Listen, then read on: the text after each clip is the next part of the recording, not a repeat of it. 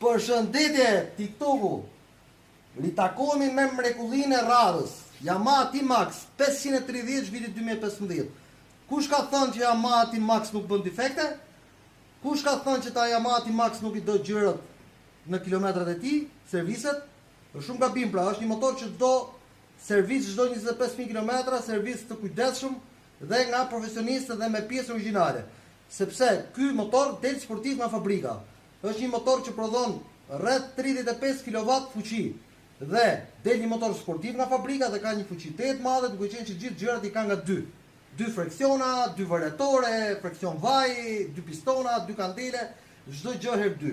Tani në rastin konkret shikojmë pra se çka ka ndodhur me këtë motor, duke qenë se ka qenë një neglizhencë totale për të bërë servis.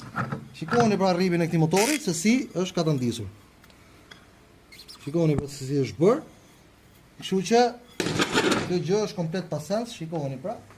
Sot operojmë me rrypin Polini. Rrypi Polini, ashtu si Malosi, është një nga firmat interkontinentale më të mira.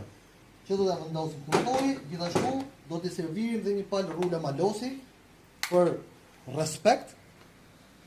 Shikoni pra.